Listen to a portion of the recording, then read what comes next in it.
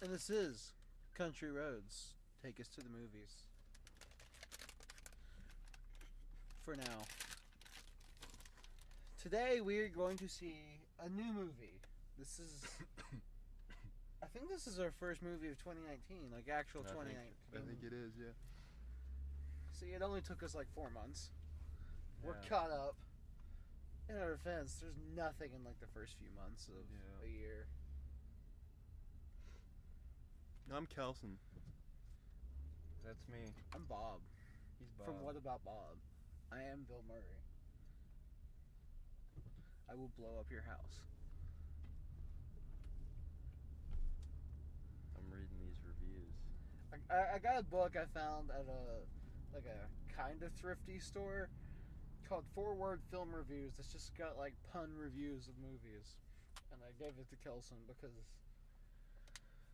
Last time it works. Last time we talked about The Godfather, and we saw Godfather Part 2 in theaters. So allow me to read you some 4 words or less reviews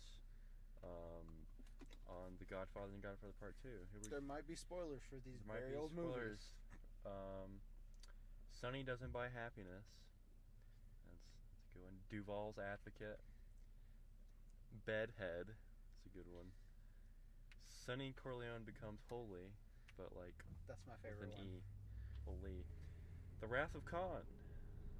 A lot of James Caan related ones. Corleone's Greatest Hits. Get it hits. 4 Horsemen and Apocalypse, because they killed a horse.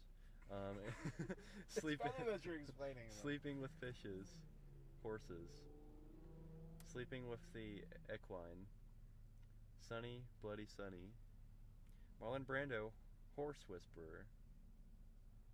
Sonny Won't Share. Oh, Sonny and Cher, yeah. That one took me a second. And then, Godfather Part 2, we got Fredo Should Be Afraido. Pacino Wants Casino. That's a risque one. Old Hyman Finally Pierced. That was horrible. Sequel You Can't Refuse. And that's it for that one. Yeah. That was a good segment we just did. While sitting at this red light. Yeah, as we're sitting in a red light. We haven't said what the new movie we're seeing is. We are seeing Us by Jordan Peele, who I'd say is, if not already, very poised to be a very powerhouse new director in the film industry. Wouldn't you say? Yeah, probably. From what I've heard from Us is that it's fantastic. I mean, he's got Us and the Twilight Zone. That one I've heard is kind of iffy so far. All the reviews coming out have saying it's very mixed to, like, not good. I've heard that. Maybe there's just something about the Twilight Zone, like, it has to have Rod Serling behind it to work. Because, like, this will be the 3rd reboot, and none of them have really been good or really worked. Most anthology shows don't click. Like, very few. Twilight Zone being the biggest one. There was a handful of them. Tales from the Crypt was a big one. Black Mirror. Well, and speaking of anthology series, I've actually watched 2 things I can talk about. All right, go. I've watched 2 Netflix anthology series. Not all of them, but I've started watching Love, Death, Robots. I've started to several times, but watched like maybe 6 episodes. I think I may have talked about it a little bit last. Don't want to. It's all right. Like the kind of cool thing about it is just like each episode, it has a completely different animation style, and some of them are pretty cool, and some of them, like, kind of the cool thing about it is just the animated style. Some of them have like also kind of a fun story with them, or a cool story, some cool storytelling stuff there. It's all right. But then the second anthology series I've watched is The Ballad of Buster Scruggs. Not actually an anthology series, that's a joke, but it's a movie that's 6 different stories in one, none of them related to each other. Yeah, I haven't watched Ballad I yet. started it last night. So I started it last night, and then I watched more today. I've watched 5 of the 6 stories, so I still have the last one to do. Okay. But what's your feeling of it so far? It's really good so far. I really like it. Some of them I mean, they've all been good so far. The last one I watched was probably my favorite. It was really good. It's really fun, kind of dark comedy. Some of them are more comedic than others, and some of them are just kind of dark. Some like surprising actors in it. Like I didn't know Liam Neeson was in it. You've seen, so when you finish this will be one. So Llewyn Davis and Big Lebowski are your Coen brothers so far, right? And No Country. No Country. So how does this make you feel in the Coens? It's kind of a different one. Like, I've heard it's more comedic. Yeah, it is more comedic. Which a lot of their movies are very dark comedies. And despite being like pretty violent and kind of a little dark, it's like it's kind of I don't know what the word is. It's charming, like, and kind of it's pleasant despite being they're good at kind of awful. You should watch some point. I'm pretty sure it's still on Netflix. One of their movies, probably from what I've heard, closest in tone because it's a very dark comedy, but kind of feel good, even though it's a very dark comedy. It's called Burn After Reading, which has George Clooney, Frances McDormand, and Brad Pitt, and I think John Malkovich is in it. J.K. Simmons is in it briefly. Yeah, it's a good movie. It's really, really messed up. George Clooney has a dildo chair in that movie.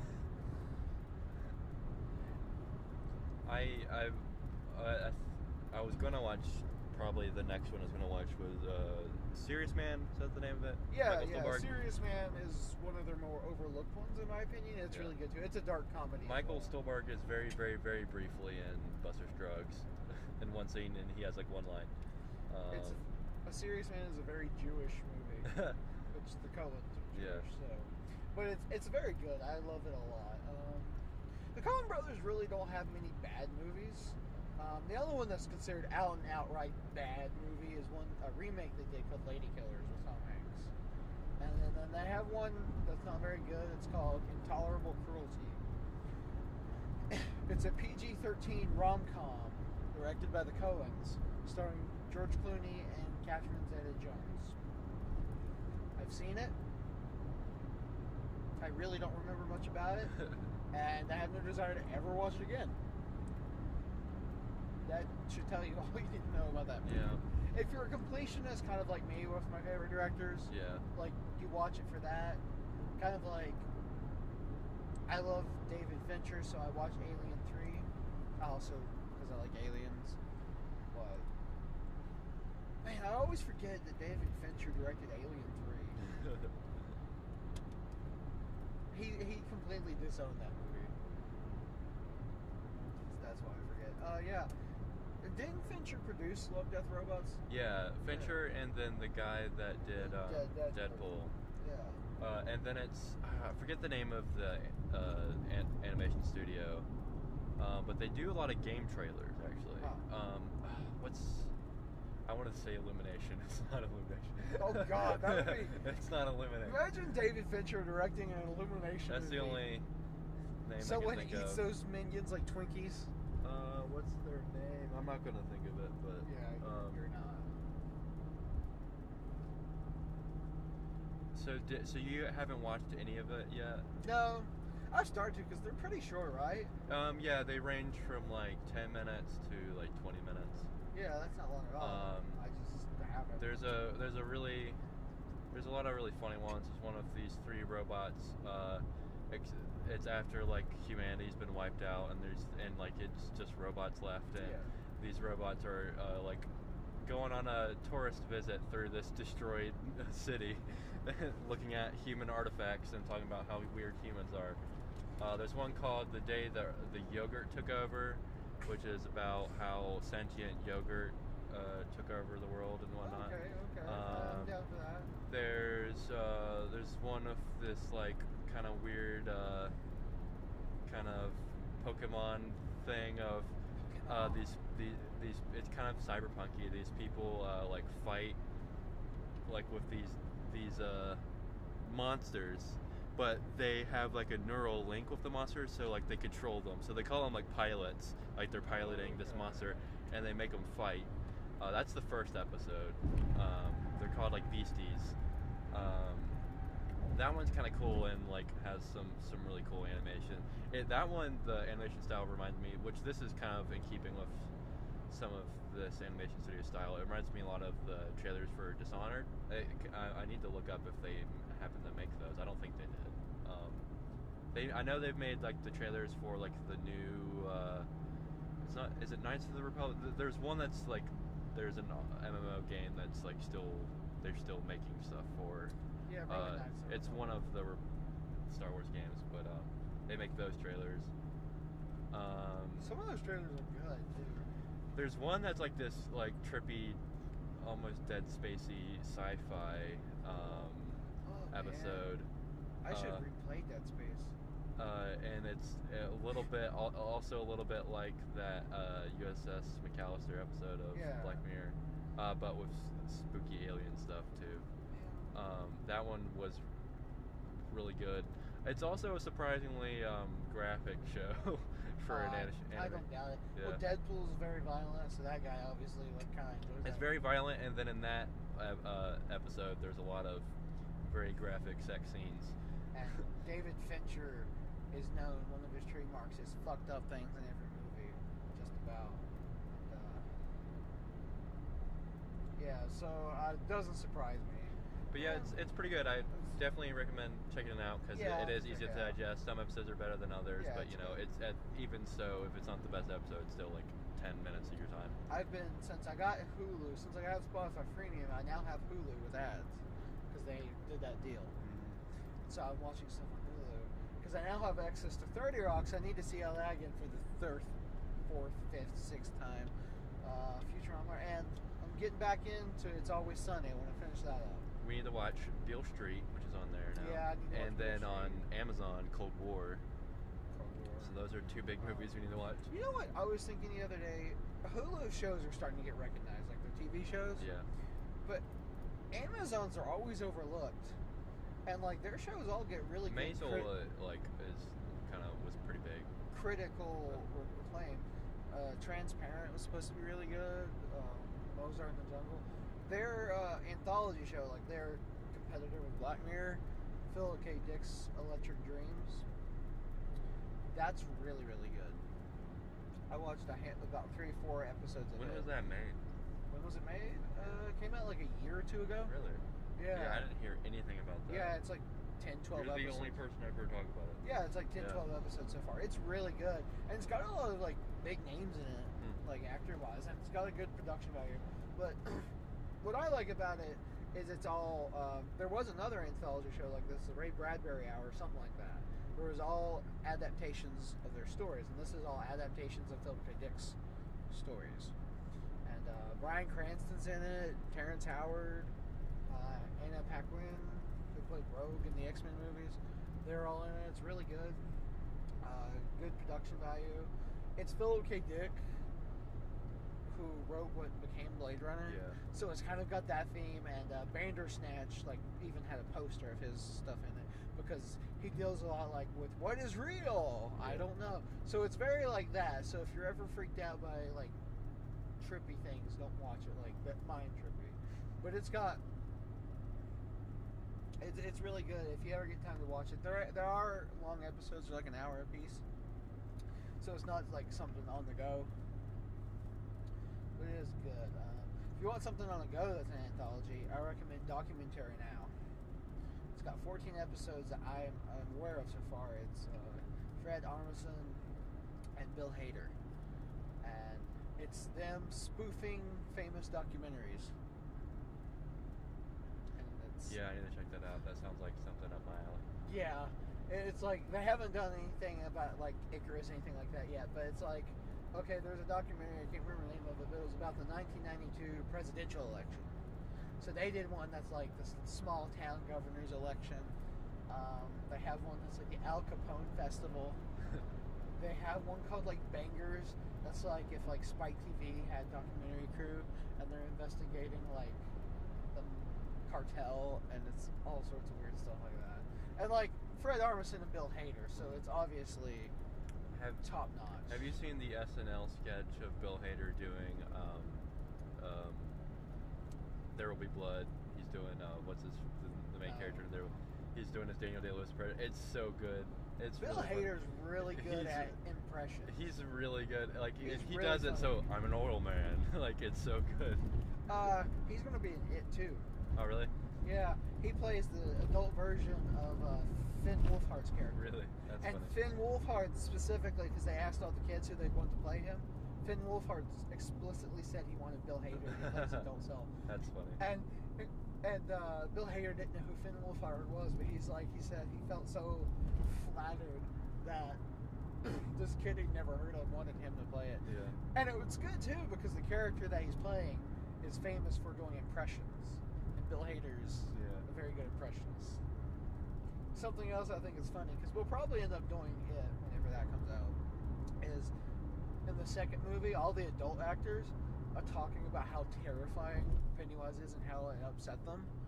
And in the first one, the guy that played Pennywise said he went to check up on one of the kids after one of the more intense scenes. Yeah. Make sure he's okay. And the kid just looked and was like, "Oh, that was great. Love what you're doing with the character. Love it." And like, I was just like, man, these kids are like so professional. And then James McAvoy's like, it took the fun out of acting for me. When did he say that? Yeah.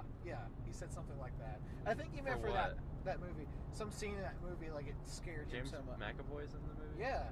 Who is he? He plays like a character called. He's in the new one coming out. Oh, okay. He plays an adult version. Oh, okay. Jessica Chastain is in it. Yeah.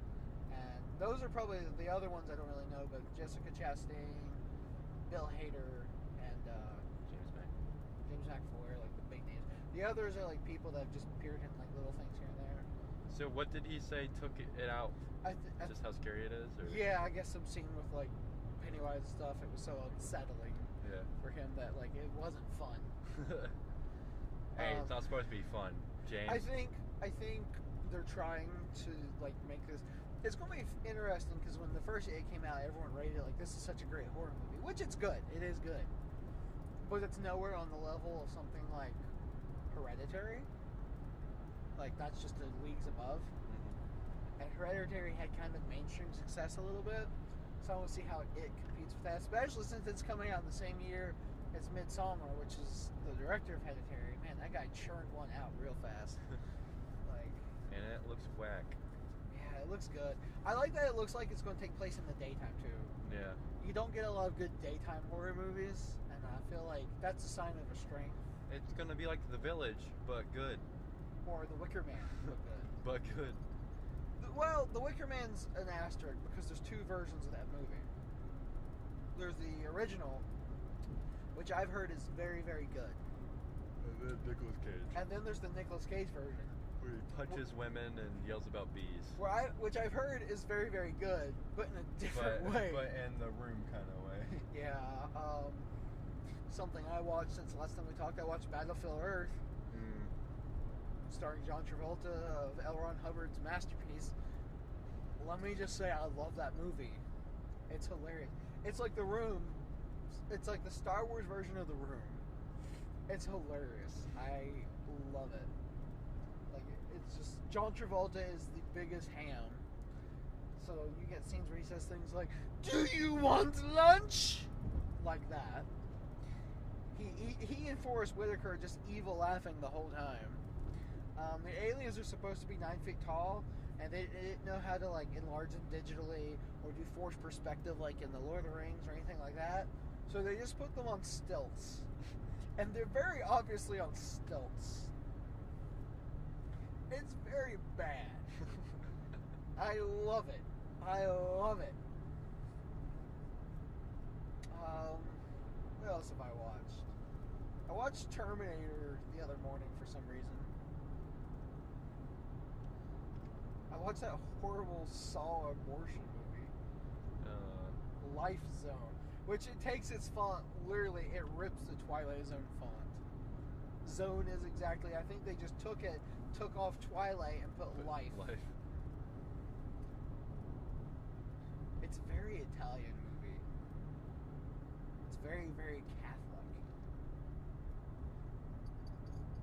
So it's weird. Yeah, I don't really want to talk about that movie. Neon Demon. Sorry, just had to say it. Yeah. Look at that horse. I guess it's time for 30 seconds of silence, brought to you by Bic Liars. When you want to get lit, get Bic.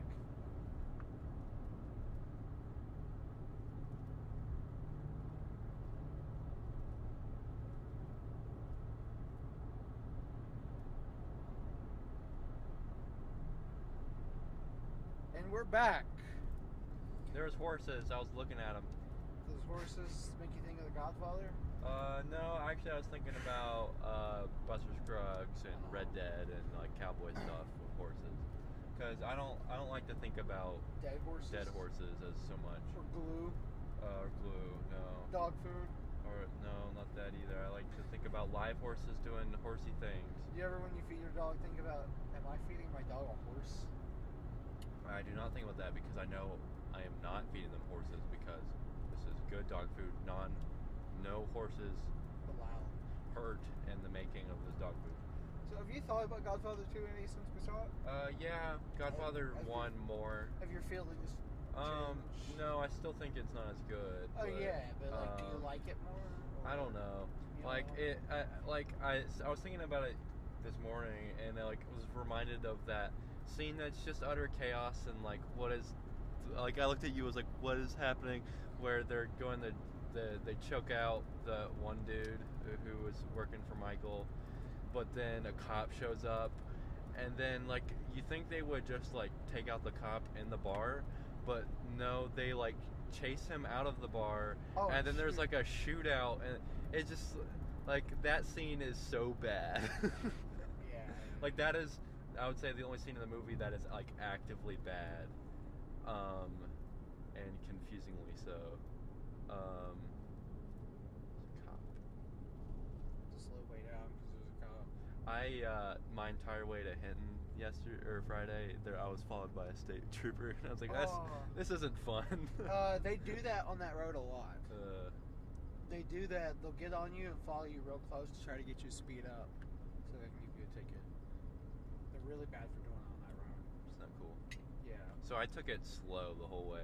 I was like, I'm gonna go under the speed limit. If you're gonna play him like that, I'm gonna go under the speed limit. So you drove that road. You know how curvy it is and everything.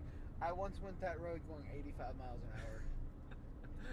Were you pulled over? No. There was. You remember my apartment in Athens, right? Yeah. Okay, I needed to get from Athens to Hinton before the market closed to get a pizza, and as one does. I had a half hour to get it before they closed, and I got there in 20 minutes. Nice. And then another time I needed to get there before a movie started, so I just booked it 85 miles an hour and got there before it started. Driving those curves. You're crazy. Yeah. But yeah, that was funny. I was like, all right, Mr. Cop. We're gonna go low and slow the whole way.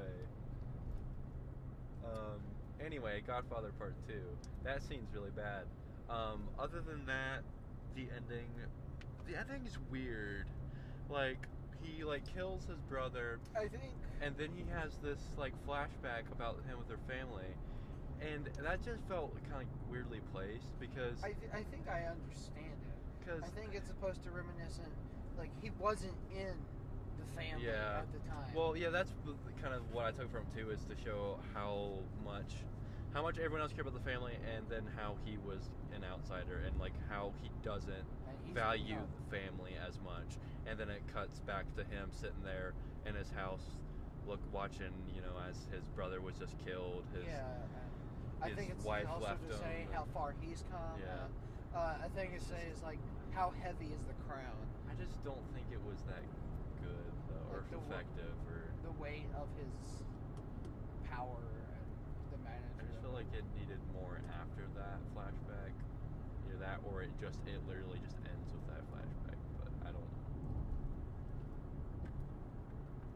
And yeah, some of the stuff in Cuba was also kind of confusing, and I think a little hurried.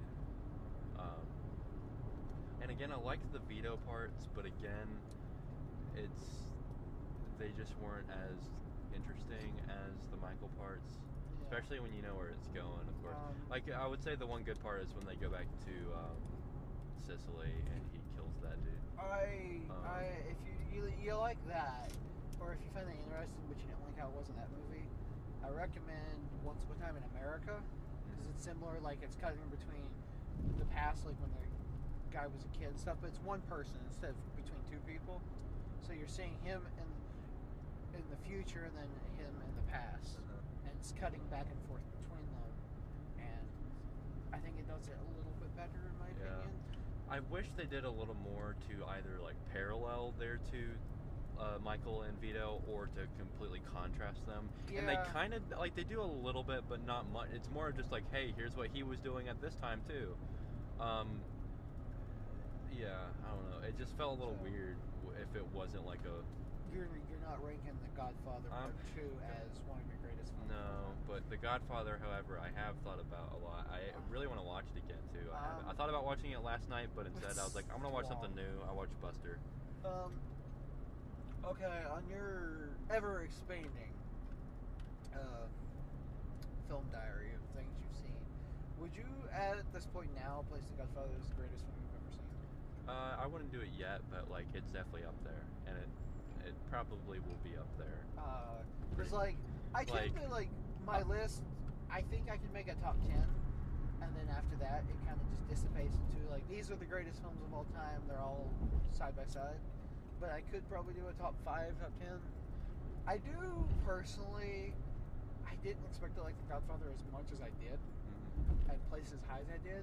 I would still place The Godfather both below Citizen Kane and 2001. But like I said, this is something I was kind of thinking about. I also think you and I have differences in like how much we're given. Because like you like The Godfather a little more in 2001 simply because it's got an actual tangible story. Yeah, whereas 2001 is just that, and I like 2001, but it's definitely, I think you like it a lot more than. And then, I was also thinking like Leave No Trace, because I don't think we've talked about that on the show. Yeah, not really. But you said you wish you'd had a little more information given. And I have problems with the story because of that. See, for me, I found it perfect, but then I started thinking, I think I like less. Like, I've gotten to a point I like bare bones.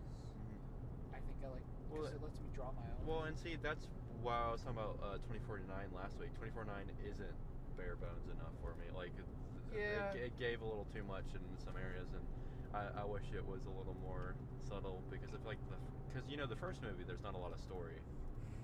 There's hardly any. There's not much mystery. And like what mystery is there, it just kind of lets you see it. Whereas 2049 tries to spell things out a lot more. It's more commercial, but it holds your hand a little bit more. But like, it was made for like it didn't hit that audience. Yeah, but it was made. But it was made to try and pull more than just the diehard fans. And it failed. In that respect, like it's a success of the movie. It's phenomenal. I love that movie. It's a great. But movie. that kind of makes me question too, like which I think is a better movie, the first one or the second one. Which one was it before you questioned stuff? Well, 2049 for sure, and again because it had a story, and that was why I liked it more. But now, I mean, I still probably like 2049 better, but I think Blade Runner might know what it is more than 2049. I think 2049, like I knew what it is more, like just as well. I think Villeneuve was probably pressured to do things a little bit. Yeah. I honestly probably place them about equal. Honestly. Yeah. Like 24/9 I held very highly, and at one point in time I would have never placed 24/9 anywhere near the original. Blade Runner was like the greatest science fiction film with the exception of 2001. It has fallen lower on the list. Not that I don't like it or anything. It's just other stuff has been moved higher in my opinion. Yeah. Than it. Like Solaris, which is a Russian science fiction film. Even though that's kind of I'm questioning that because the last time I watched it, I found it to be kind of messy. Granted, I was on acid. About Annihilation. I'm not ready. I'm not Yeah. sure yet. And I just read the book, and that changes things because the movie is much more concrete, much more defined, much more. Here's what this is than the book. The book is very, very dreamlike. There's also more weird stuff in the movie, but less weird stuff. Like in the book, Area X isn't like mutating weird. The plants are all seem to be normal. The animals, for the most part, normal. There's just hints at little things for a lot of them. But then there's like a handful of like things here and there that's like goes farther than the movie ever does. Like the only thing with like animals being different, she sees some dolphins, and for a split second, it looks like they have human eyes. As far as like the fauna and flora and stuff, but there is more weird stuff. It's a very dense book because like it's very short, but like honestly, there's a lot to unpack in it. Like you could make like a season of a TV show like FX out of it. Yeah, it's very good. It's a very good book, and the movie I love a lot. I don't know where to place it yet though. Same thing with Ex Machina. Ex Machina is really good. I think some of the I think it more than Annihilation, because Annihilation doesn't have a lot of dialogue, but it's not a lot of the dialogue, and I think in Ex Machina is a little weird and not natural. Also, Donald Gleason's accent. I get hung up on accents a lot. Yeah. But, like, I don't think I care as much, but like if it's egregious, it's definitely something. it's more just when it goes in and out. Yeah. Well, like, and I think an egregious one that we can agree on is in 3 Billboards, Woody Harrelson's wife in it. It's like she's in Missouri, but she's still doing like an English accent. See, I thought she was just like supposed to be a foreigner. That was just weird. Like that one didn't bother me. Sicario 2. Oh. Its accent's very frustrating to me, especially the little girl, because sometimes she sounds American, sometimes she sounds from Mexico, and it's very, very distracting.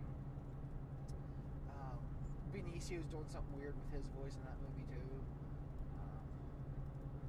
It almost seems like maybe that it was filmed at like 2 very different times, and Benicio didn't just keep the voice going, like it. I don't know. Yeah. That movie was atrocious. Clint Eastwood's voice in The Mule, that was distracting for me. Everything in that movie was distracting. Is Sicario 2 on anything? Do you know? No. I want to watch it again. Do you really? I know. I really just want to see Benicio's parts again. But those aren't even really good. To hear them with him, he did have some like okay dialogue with the girl. There was one part that was in the trailer that was alright. Just watch the trailer. That's true. Would you watch The Mule again or not? I was actually talking about The Mule with friends Friday on our stream, and I was like, I really actually kind of want you guys to see this movie. Just don't pay for it. Yeah. Find a way to pirate it or whatever. We're not endorsing pirating, but except for The Mule. Don't ever pay to see The Mule. Anyway, and I was like, I really kind of want you guys to see this movie because it's so stupid. And like they didn't believe me that Clint Eastwood has 2 threesomes in it, and well, that's because it's so absurd. No. I don't know that I would ever want to watch it again on my own, but like maybe with friends who hadn't seen it, that would be fun. Or like if we ever do start doing commentaries, that would be a fun one to do a commentary for. You have to get them to watch Neon Demon. What a movie. One of them had seen it. One of my friends. Isn't it beautiful? He was like, yeah, I was kind of with it, and then it goes really mad and shocking. Oh, I was against that movie from the start, and then it gets even weirder. I was with it because it was really pretty, and the music was cool. It didn't look like it is so boring. It didn't look like an artistic movie. It looked like a commercial. Like when you see a commercial for like Gucci and things like that, it looks like that. But I think that's what he was going for, you know. Yeah, maybe, but it just didn't work. He's not that good a director, to be quite honest. He thinks he's a lot better than he really is. I honestly remember. I prefer Mother. I'd rather watch Mother again. Which Mother's on? That weird Tom Hardy movie. Bronson. Remember that? That was a wacky time. That's a good movie. I like Bronson. That's a wacky movie. Bronson and Drive are both good movies that he's done, in my opinion. I don't think his other ones are that good, though. Tom Hardy. So good. You need to watch Mother. Yeah, I do. Watch that. Maybe we should do that one day. Episode on that. Like, do Mother and Neon Demon commentary. I was talking with someone about Mother the other day, and they were talking about they didn't really like it. That's very... well, no, I mean, like, they didn't... They're, like, talking about how it's just all shocking for shocking's sake at the end, kind of. Yeah. I enjoyed the sheer excess of the film. If we ever do Neon Demon, I don't know if I can do that again. I know I couldn't do that sober. That movie's frustrating. Well, you don't have to be. What if they showed Neon Demon in a movie theater somewhere? I'm sure they did. For some reason. No, I mean, like, what if they do it again? For some reason, showed, like, some theaters, like, we're showing all of the Nicholas Winding Refn movies. Oh, I'd go see it. We would probably have to do an episode on it. And, but I would bring, like, edibles. Man. I'd make, like, pot brownies. What a weird time. And we would eat them on the way down, enjoy that movie, come back up and wonder, what the fuck is wrong with this man? Why is he playing with little girls like dolls? That's what he says in this interview. He's like, they're my little dolls because I have a little girl inside me. He says he has a little girl inside him. And the way he says it is creepy as I love Ryan Gosling's response. What was he saying? It was he was talking about, he was like moderating the panel for Neon Demon, and he was like, so he's like, so you thought you wanted to make this scene more uncomfortable, more weird, and you thought necrophilia. It's like, that's what you thought would make that scene better, huh? And he's just like, yeah. Neon Demon is one of the weirder films I've seen. Mother, there's a movie from the 70s called House. I tell everyone I know to watch House. It's the one I sent you that poster for with the weird cat thing. It looks like a demon Pomeranian, but it's supposed to be a cat. I watched that movie entirely based off the poster. If you've never seen the poster, look up poster for movie House. Yeah, I had heard of it before too, and I had seen that poster. It's talked about it. It's an experience of a movie. Like, it's something you experience, and you come out on the other side changed. Yeah, it's a weird thing. I like it though. We didn't watch a movie in preparation for us because one, I couldn't really figure anything out good available, and we were both busy. So we're just kind of brainstorming. I watched the original Terminator again the other morning. That's a good movie. Very well shot, directed. Terminator 6 though, that's gonna be lit. Buster Scruggs. I haven't seen It's a good movie. You should check it out. I will one day. I almost watched it the other day. And and that's another one you don't necessarily have to watch in one sitting too, since it's. I just tend to watch everything in one sitting. Get it all in.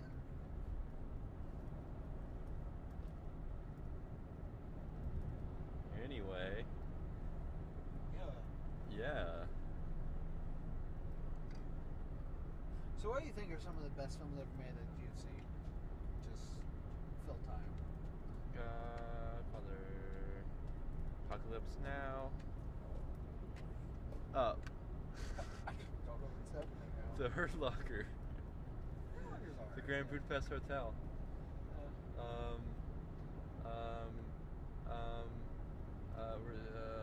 Return of the King, maybe? It's good. Yeah, that's very good. Sicario. The Prestige. The Dark Knight. I'm panicking. Movies. I'm trying to remembering. I'm opening up my phone to look at my notes of movies. I did start a list a while ago that I've like occasionally have editing. Blade Runner. Manchester by the Sea. That's a good movie, right? That's a solid movie right there. Baby Driver. That's a good movie. Would you put Baby Driver like high up on a list of all time movies? I don't. Not right now. Rango, the best movie ever. Number one on my list is Rango. Why is Rango even I'm just in the list? kidding. Rango's great. Are you kidding? I've never seen Rango. I've had it for years. I've Really? never watched it. Rango's awesome. It was one of those movies that got free, and I just never watched. Rango was awesome. You should watch it. It's Johnny Depp. It almost feels like a Wes Anderson movie in a way. Not in its style, but in its tone peculiarity. You know what feels like a Wes Anderson in a movie, almost in style and tone? What? Weirdly? Stuart Little. I started watching Stuart Little the other day. Don't ask why, I don't know. But that movie, like, it looks almost like a Wes Anderson movie. And to the point that it made me want Wes Anderson to remake Stuart Little. Also, that movie is written by M. Night Shyamalan. Because it said written by M. Night Shyamalan. I was like, what? But yeah, it's like very quaint style and very Wes Anderson. I want Wes Anderson to do 2 remakes.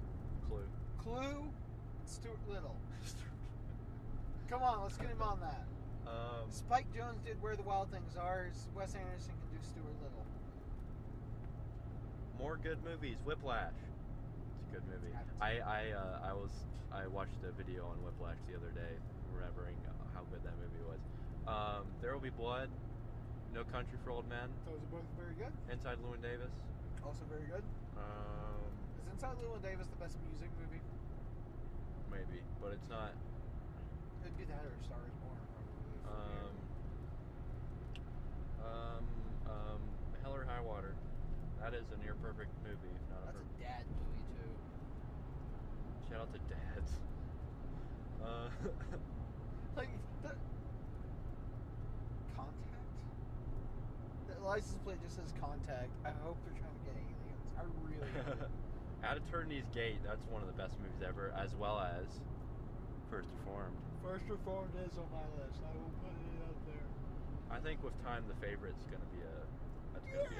Yeah. But I think First Reformed, for me, that's one of my favorite films. And Roma also. I think Roma will go down. It will be considered one of the best, like outside of U.S. film industry. It will be considered one of the best. Moonlight. That's a good movie. I am sad you won't be able to buy Roma though. Yeah. I'd like to own a copy. They might. They won't. Anyway, Moonlight. That's an incredible movie. Stars Born.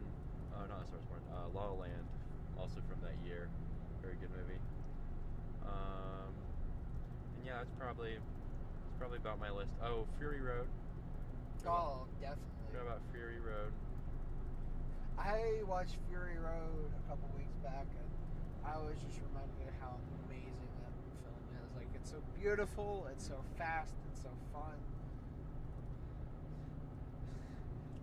I think the scene, at least for me, every time I watch it, when I just get like how insane, batshit insane that movie is in the middle when they're driving at night and the bullet farm guy's coming at him and they shot out his eyes and he's just shooting both guns wildly while that music's playing. I'm just, oh god, this movie is insane and I love every second of it. George Miller, don't you ever change. I'll also throw Children of Men a bone. That's a very good one. It can be on my list. Children of Men reminds me, like, in its tone and feel, to another apocalyptic movie that you need to watch at some point. Which is 28 Days Later. Yeah. Like, something about their tone feels similar to me. Maybe we'll do 28 Later for A Quiet Place 2, because Cillian Murphy is going to be in A Quiet Place 2, replacing John Krasinski. He's replacing John Krasinski? I guess. Well, John Krasinski's... Well, I think the rest of... Spoilers, John Krasinski doesn't make it. Well, I don't think he's, like, the same role. Yeah. I think he's like figuring, because I think it's going to be the same family, and then Cillian Murphy's going to pop in. He's going to be their stepdad. He's their new dad. He's like the stepdad, and they're like, oh, he's like. She has another baby. he's like. You gotta stop having babies. I like westerns. Stepdad, women, am I right? Stepdad jokes. Not good Cillian Murphy roles out there in the world. You know, he doesn't get enough good. How about in Dunkirk when he's like, I can't go back? Wasn't that his best role ever? And he's in it for like maybe 10 minutes. Screen time. I mean, I guess his best role so far is Scarecrow. 28 Days Later. No, it's definitely Scarecrow. At least he's in that movie. His cameo in The Dark Knight's insulting. Yeah, it's not good. Because he's just like, poof, I'm gone. And he's like, not on my diagnosis, because I'm a doctor. You get it? You get it? I wish they had brought him back in The Dark Knight Rises, because he's just floating around out there somewhere. He is in The Dark Knight Rises. Is he? Yeah, he's the judge. Remember when they set up the like weird courtroom and they judge all the cops and people that are trying to stop Bane or whatever, and they make them walk on the ice. And I vaguely remember the ice. And he's the judge. Like I said, that's a stupid movie. yeah, that's what I was getting ready to lead into. I saw that movie in theaters, 2012. I went to go see it. Saw, well, this sucks. I don't ever want to see this again. And I haven't watched it again. And honestly, like a lot of movies, I don't like them. I was like, I want to go back and revisit that to see if I've changed. I have no desire. I watched it again. I forget, that was over the summer. I watched all of the Batman movies again, and I don't remember why. I'll watch the first two. I will not watch. Oh yeah, it was when it was on the Dark Knight's anniversary. I watched it again, and then I watched Batman again. It's Batman's 80th birthday today. Oh, shout out to Batman. Or maybe it was yesterday. Happy birthday, Batman. Yeah. What's your favorite Batman movie? I guess we have to do a obligatory Batman movie to be relevant. Well, Dark Knight. Phantasm is my favorite. Phantasm's probably always going to be my favorite. Phantasm, I think, is a better movie than The Dark Knight, honestly. Because The Dark Knight has a lot of plot holes. It does. Well, it also has no more dead cops, and then that aforementioned line, "Not my diagnosis." Yeah, but like I said, it's got a lot of plot holes that people just tend to overlook. Like what? I think. Call them out. Let's call out The Dark Knight right now. Dark Knight, Parker's coming for you. I don't want all the film bros to be after me. No, do it. I watched Butterfly Effect. That's something I watched recently. That movie made me angry. This podcast is brought to you by Twizzlers Bites, cherry flavored. Is that the same flavor as like the pill apart ones? I think maybe. Because I've never had those. I've had the pill apart ones. We call them Twizzler Bites for a very good reason. 5 little air pockets give them a unique texture and unmatched biteability. And of course, that just right sweetness is the big payoff. Even their small size is just right. You'll never bite off more than you can chew. For more fun, visit facebook.com/Twizzlers. It's also it's a low-fat snack. I would kind of hope so, because I kind of imagine this is largely just sugar. I hope there's not a lot of fat in this. I think there's not a lot of fat in most sugar candies. Anyway. Yeah, this podcast is not as well. We're struggling. We're all right. Have we talked about Get Out on the show? A little bit. We can talk about Jordan Peele and Get Out. Get Out, and maybe Key and Peele a little bit if you want. Get Out's a good movie. That's a movie that was weird. Okay, at the time I saw it with somebody else that we both know, and I really liked it as I was watching it, and on the ride back they kind of talked me out of liking it. Like they were like, well, this, that, and then I've like in hindsight looked at a lot of their arguments and they're not good. And then, like I said, I rewatched that film by myself. Second time. I rewatched it the second time. I absolutely loved it. It was really, really great. And, like, I've come to love that movie a lot more than I had. Yeah. I also wasn't... I liked it. Actually, I liked it a lot when I watched it, but I wasn't like, and then it was like nominated for Best Picture, and I was like, you know, I don't know that I feel that, and I'm not sure that I still do, but again, like again, but I mean, after this year's Oscars, well, I feel good about all of those movies. yeah, but like this year's Oscars aside, I actually do feel like that because it was a very, very well crafted film, and it's one of the best horror movies in recent memory, and I do think it earned it because I think we should give more horror movies. Horror movies should get it. Horror movies, science fiction movies, and action movies, if they're very good, should have a chance to get nominated. Yeah. And that's why I like Fury Road being nominated, and Arrival, and Get Out. I would have probably been okay if Hereditary had been nominated. I definitely would have been with Annihilation. I really just wanted First Reformed and Widows to be nominated. But, you know, we get what we get. Widows is a good movie. When I rewatched that, I liked it a lot. I've actually heard a lot of people knocking Us because it isn't Get Out, because they expect Jordan Peele to kind of do the same thing and everything to be political and like racial commentary, and Us isn't that.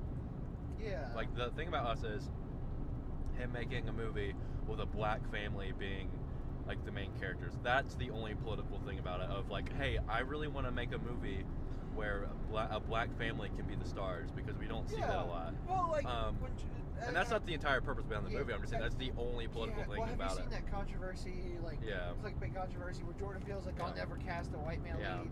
I don't even know if that's 100% what he said. It isn't. But I get what he's saying. I did see the quote.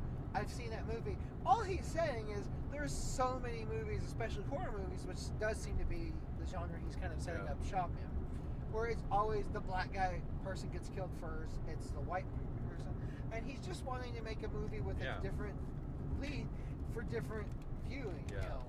He's just wanting to make movies with black people because, as he said, he's seen that movie. There's I don't think there was anything controversial about what he said, but of course, I mean, even he was just saying like, and like, as a black man, he wants to make movies with representation, like that, you know, and it makes sense. And it's like, we've seen a million movies with a white dude being the main character. He's like, I don't want to make those. Like, there's nothing wrong with that. And he's like, I've seen that, and they're good.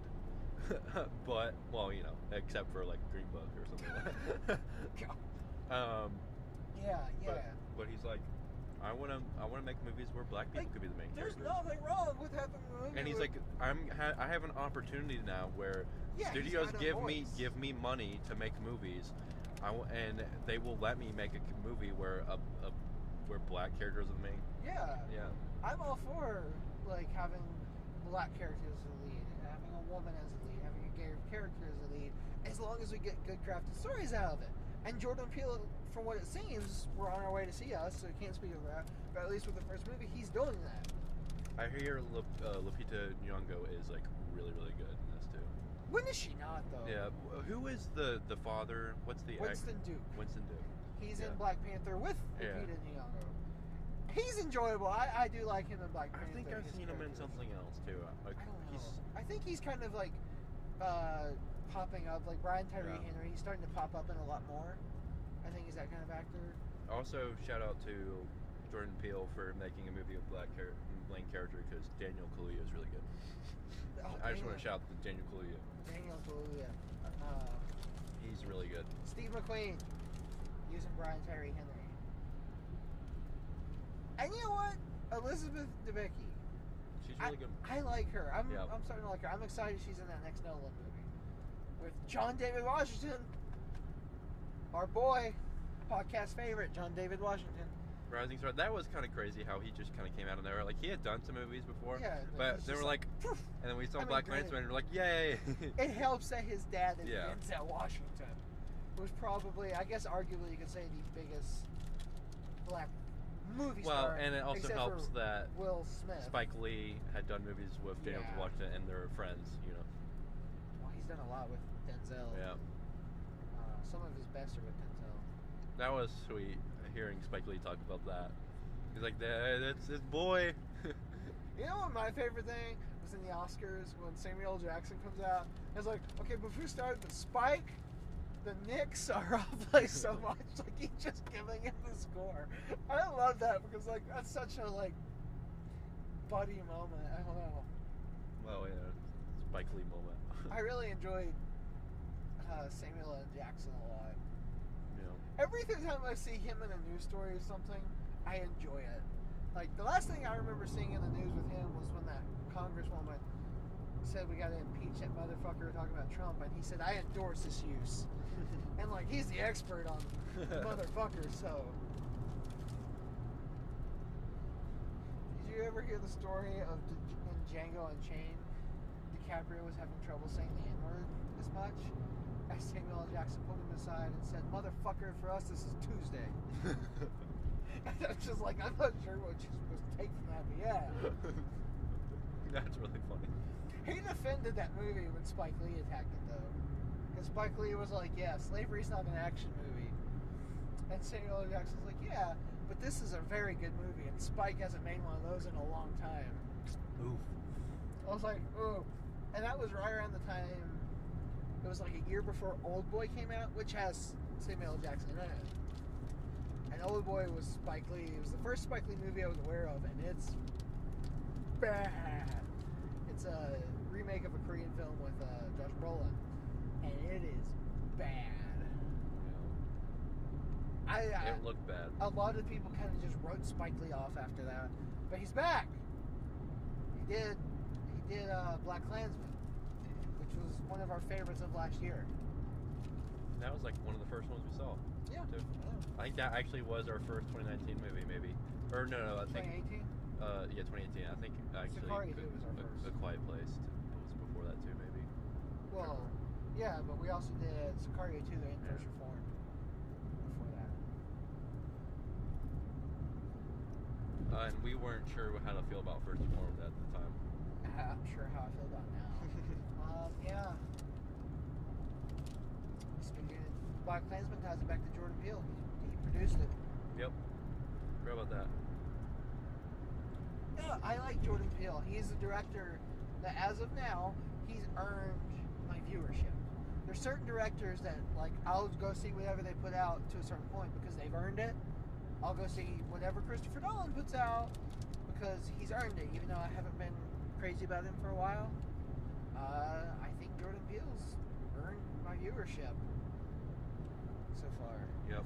If I like Us, I'll want to see what he's going to next. This is gonna be a weird ride. I'm here for the Jordan Peele ride. Yeah. We need more good directors. And he looks like a good one. You know? He looks like a good one. He looks like a good one. That somehow seems very offensive saying that. Stop. Yeah. It's like we're overcompensating. No, I was thinking like a good one, like, yeah. I don't know. He's one of the good ones is what you're thinking. Yeah. I mean, he's one of the good ones in terms of directors. Yeah. I love Jordan Peele. Anyway, that's the end of this first half of the podcast, I think. You know, we could do that, like, if we're running out of steam and, like, we still have a little bit of ways to go before we're at the theater, we can just cut it off. Yeah, but then that's kind of like a Beckley episode. Well, you know, I think it's better than us just kind of journeying on and not knowing what to say. That's the beauty. That's what our audiences come to expect. That's true. That is true. And they also come to expect us discussing ways to make the podcast better in the middle of the podcast. Yeah. Let's review Lowe's in Christiansburg. Well, I have... no, let's not. Did you ever have to come to this Lowe's when you worked at Lowe's? Did they Starbucks you?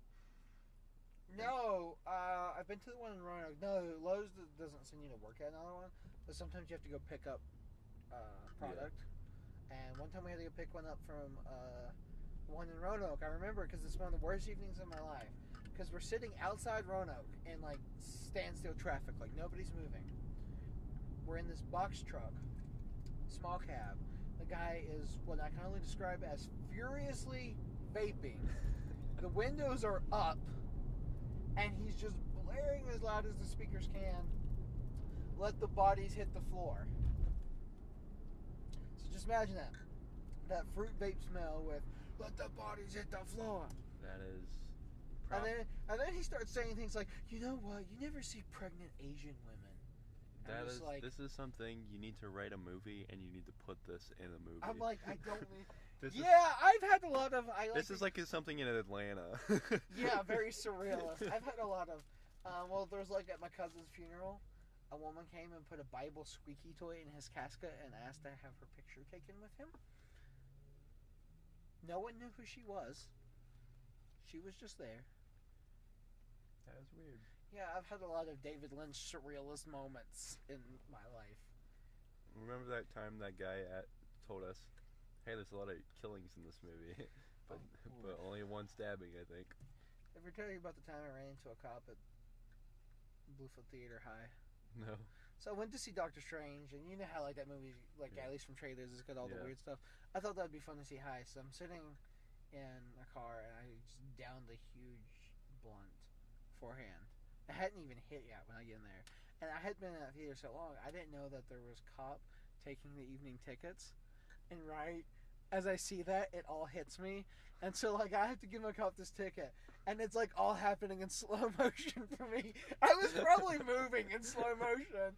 And like the cop, I guess, didn't care. There was no way he didn't know I was high. I guess he just didn't care because he's a cop taking tickets at a crappy theater at like 9 o'clock at night. But like, it's like, you know, there's going to be like music playing. It's like,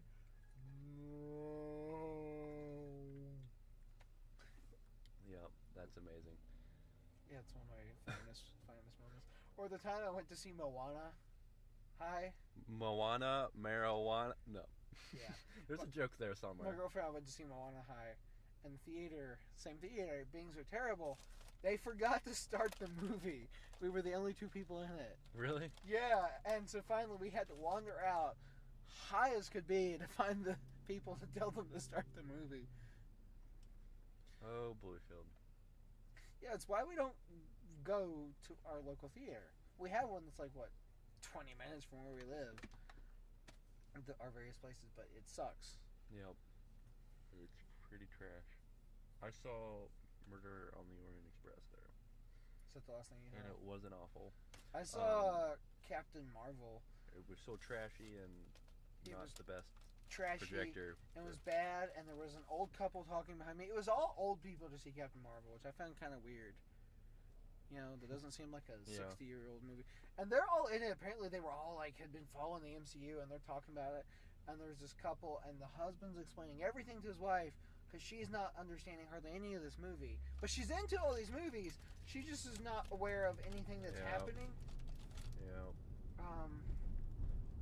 And anytime there's text on screen, like if they pick up a newspaper or look at a computer screen, anything like that, she read it out loud. I didn't. It was very frustrating. They're right behind me. We're pretty early. Yeah. I always give us extra time in case we drive the wrong way. Yep. Remember that? Yeah. They got mad at me because one time I yelled Jesus Christ in the movie because some obnoxious 90s reference happened. I think they started playing Nirvana.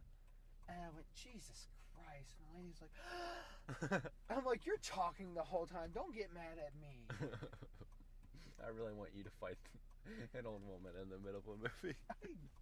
I had something similar to that when I saw Ready Player One with my brother in Beckley. Yeah. Because that movie's references and the Serenity, the ship from Firefly comes out. And I very loudly, not quite yelled, but not whispered either. I very loudly just went, "Oh, fuck you!" Like that. And there was a bunch of little kids around me, and I didn't even think about it. I was just mad at that movie. And my brother was like, he's eating it up. You know, he loves these references.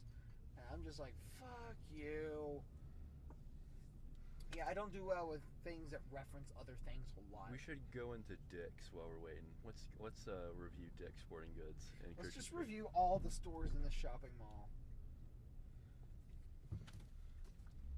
I'm gonna park next to this weird, sketchy piece of machinery. And I was hoping the parking lot would be less crowded. It's a Caterpillar. Yeah, so we are probably going to try and see Us. Hopefully. Yeah. I'm waiting for the day we go to see a movie and we end up seeing something completely different. It's going to happen. Yeah. We almost had something like that with Widows. Yeah, when we were there at the wrong time. And we were there like 2 hours early. Did we end up going to a different theater? Yeah, we came to this one. Yeah. We were at Frank's, Yeah. That was a weird time. Yeah, we are going to see Us, and we will give our verdict right now. You know what, Parker? There sure were a lot of killings in that movie. And I think pretty much all of them were stabbings. That's horrible. But it's great. I love it. That's immediately what I thought of coming out of that movie. As we were walking down, I was going to say it to you, and I was like, no, I gotta save this. I gotta save this for when we start recording. This is the second half of this movie podcast we don't have a name for yet. I'm your host, Kel Diddy. Joining me is the person you also heard earlier, Parker. Hot slut. Hot slut? No, I was about to say slightly less high Parker. I'm considerably less high, because I'm not at all. I think that lady annoyed it out of me next to us. I mean, it wasn't as bad as Widows. Yeah. Well, and it was just during that one and there's part. like a lot of kids behind us, like high Teen. school, college, teen kids that were like laughing a lot of it during it. And to be fair, I was laughing during a lot of it too, but not that loud because I'm. You were always laughing. Like I didn't know what to make of it. Because the movie's funny. I mean, it is funny. Like, and even during the scary stuff, it's well, funny. I won't even call it scary stuff. Even during the tense stuff, we'll say. Yeah, it's still really funny. It's that's where the horror derives from, is it's tense. Yeah. More than anything else. Well, and I think I was also laughing at a lot of things they weren't intending to laugh at, but maybe I don't know. Jordan Peele's a pretty funny guy. Yeah. That's true. Well, like, okay, there's obviously gonna be a lot of spoilers in this, so hopefully you've seen the movie. When the Red family, the Tethered as they're called, first appear in the driveway, it's comedy music playing. When the dad looks out there, he's like, bum, bum, bum, bum, yeah, bum, he's like, bum, that's bum, just a family. He's like, it's just a family, and it's like, bum, bum, bum, bum, bum, and it's like, you know, it's obviously unsettling, and it's just this happy comedy music. And then Lupita's freaking out, all while he's like, it's fine, I'll go talk to him. Lupita Nyong'o, man. Yep. Is she a good actress or what? So are we gonna talk movie now? We gonna get in there? We're gonna jump in there with some hot takes. How'd you feel about this movie? I am not sure whether or not I liked that. You're not sure. I'm not sure. I'm not sure if it's for me. I don't know. Like there was a lot of points up and down. So I'll say all up until the Tethered showing up, and even I would say the first chunk of the Tethered showing up, I was really on board with it. Because a lot of it was just there was some really good tense stuff before even that came up. I would say even better than a lot of the later stuff. And then just like funny family drama, family stuff going on. And the good, good character development for them before the spooky stuff happens. And then from then on, I kind of went up and down on like, I think I really like this, and then I'm like, I don't know. And there's several points where I was like, where is this gonna go? And then when it opened up to, oh hey, this is happening to everyone, that's when I was like, that's interesting. Yeah, I have some highs and I have some lows. Overall, though, personally speaking, I was like, man, I'm really enjoying this movie. Okay. Full disclosure, the kind of horror I love horror movies. I actually do. I just don't watch a lot because I'm not a horror head like the people that just so into it. I like a good horror movie, and horror has a lot of shit. We saw trailers for a lot of bad-looking horror movies. Yeah. Pet Sematary might be an okay one. I've heard good reviews of it, and I've heard good reviews of that La Llorona. I just think it's kind of racist. We're gonna make you've seen me made all of these horror movies. Now here's my Mexican one, La Llorona. the curse of this mysterious Latin murder demon lady. Yeah. Anyway. But the horror movies I tend to like, because you got different genres. You know, you've got your possession ones. You've got your slashers, which is probably the most popular. Haunted house movies are a big one. I tend to like the real psychological, not quite trippy, but kind of type horror movies. Those are my jam when it comes to horror movies. You know, that's why I liked Hereditary. That one kind of goes a little bit different, but like this, Get Out, and this definitely fits in that vein.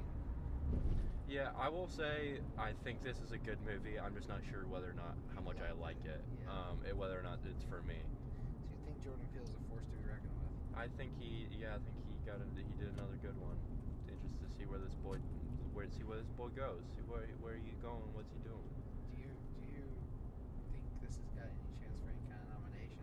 I think it probably will if Get Out did. But again, who knows what's going to happen with the Oscars in 2020? Who knows what's going to happen? Who knows what's going to happen with the Oscars, and who knows what's going to happen with the presidential election? It's all up in the air. Boy.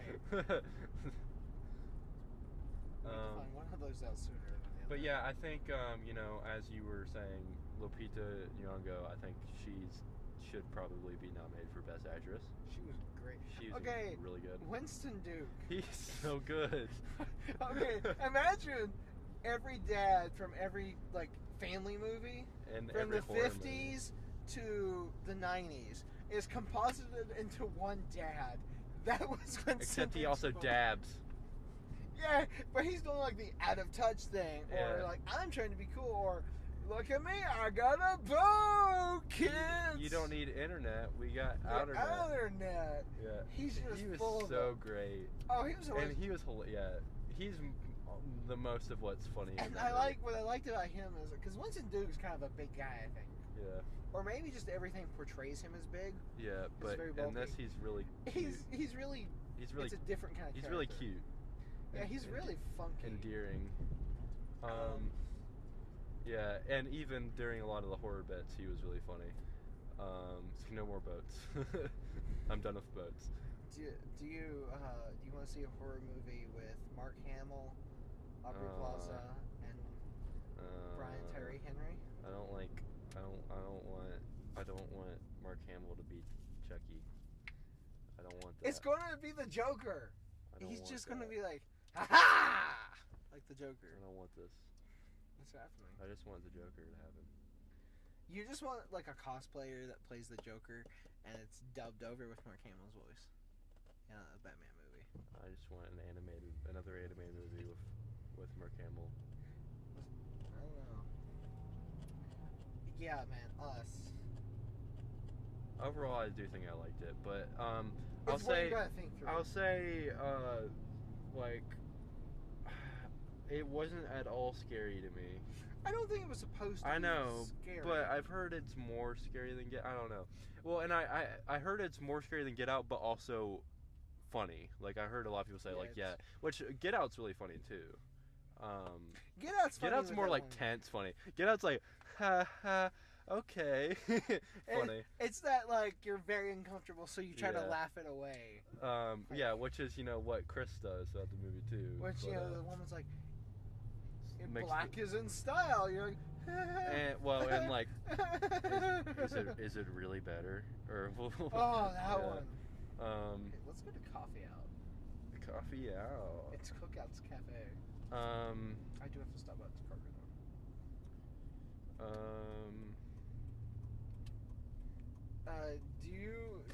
Is this something you think is going to require a lot more thinking? I want to watch it again. Yeah, I'm kind of hoping it comes to the Ritz so I can see it again with friends. It's definitely a movie that lends itself to repeat viewings, I would say. Yeah, but yeah, so and even a lot of the tense stuff, it wasn't that tense to me. And Get Out was the same. Granted, Get Out is just kind of normal social tension, but with race tension for all of it. And then the last 30 minutes, that's when it gets this the kind of more psychological horror tense stuff. I don't even know if I would say horror at any point for that movie. It's definitely a psychological horror movie. And whereas this movie, I would say it's about like a third of the way in when the tethered show It up. definitely starts sooner than Yeah, which it was a third or a fourth away. I think it's a third because there was a good chunk. But again, like that said, there is a lot of like weird stuff that happens throughout the first kind of chunk, especially the opening with the maze, which kind of sets up the movie. All right, we have to go to commercials real quick, but we will be right back.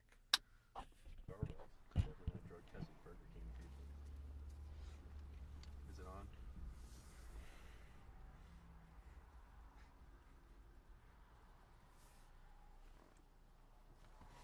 Thank you for choosing the King. This is Sharon. I'll be right with you. Take your time. Shout out to the King. What King? Burger King? Yeah, dog.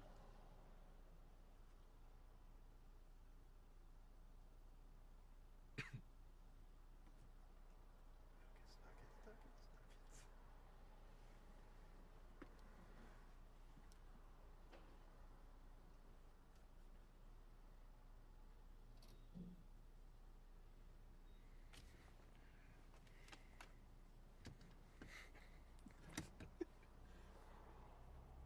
There's the camera.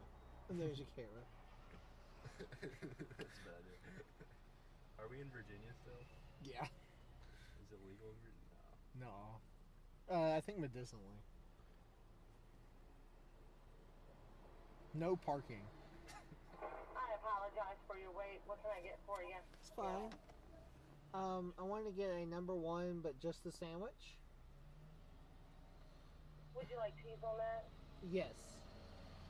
Anything else for you, honey? 2 large fries. All right, I'm gonna have to drop some of those.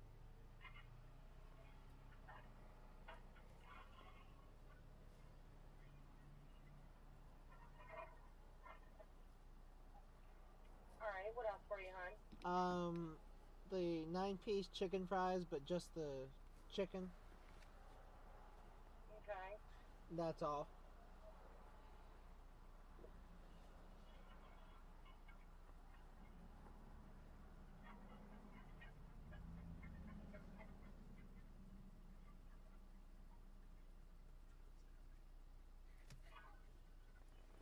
Okay, go ahead and drive around. I'll have your total for you at the window, honey. All right. This is when you turn your mic off. Amateur drive-through people. Next window. God. I'm Make like me- an expert at drive-through. Yeah, same. I'm like turning my mic on and off. I just made eye contact with that old man. Doing. I'm like on the other side of the store taking orders. Oh, look at all this Easter shit. It kind of makes me sick. I was like, what? Let's get the head off the rabbit. I'm glad I now know that when you're in the drive-through, like they can still hear everything you're saying. Barbecue cheese, large fry, chicken fry. It is $13.95. What have you said in drive-thrus No, before? just like that's a good thing to know. Yeah. Because people like have like conversations and like they don't know that they're like we can hear There you everything go. you're saying. Yeah. We killed that. We killed that man. I've heard some weird conversation. Somebody came through the Starbucks drive-thru one time, giving someone else a blowjob. Oh, That happened one time. that had to have been like some kind of dare or something. I think it was like, I'll get you Starbucks if. Yeah. And she really likes Starbucks. Really likes that white mocha. There was a time, have you heard of Jesus fuck? We made that joke a lot back there. That's such a lowbrow joke. That is what it looks like though. And whenever it explodes on you when you rinse it out, you're like, I feel bad.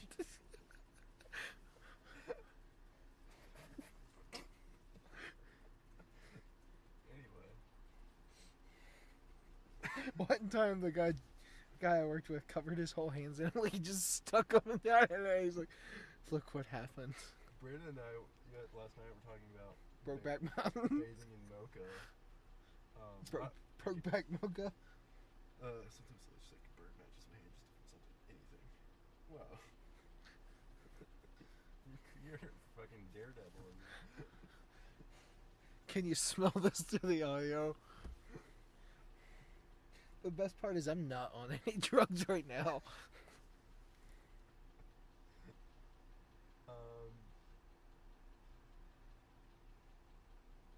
Anyway, more white mocha puns. Yeah.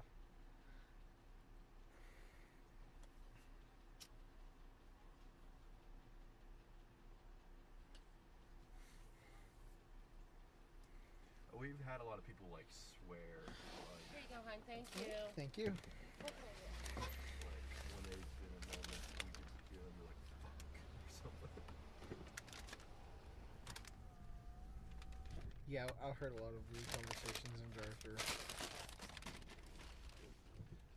Alright. I've had people insult us through the drive-thru after we. I haven't had that. Happened to Kimberly one time, and she's like, "You know, I can still hear you." Ooh. Get him. And I'm like, "What?" I'm afraid I'm gonna say, like, my mic will still be on and I say something. I said something over the mic one time. Luckily, there was no one there. I've said things over the mic before, but like nothing bad, like talking about orders and stuff. I made some joke over the mic one time.